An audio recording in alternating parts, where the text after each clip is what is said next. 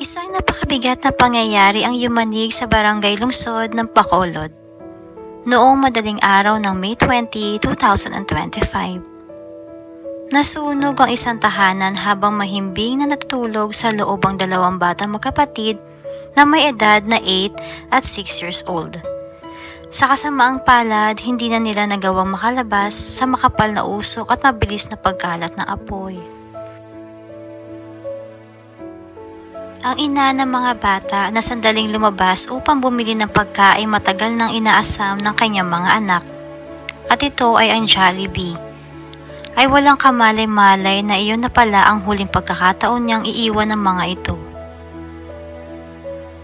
Buo ang kanyang pananabik na sa kanyang pagbabalik ay masisilayan niya ang matatamis na ngiti at masigabong palakpakan mula sa kanyang mga anak.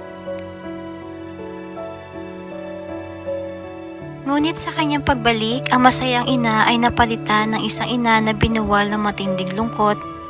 Nagtagpuan niya ang abot langit ng apoy at sa gitna ng abo at uling.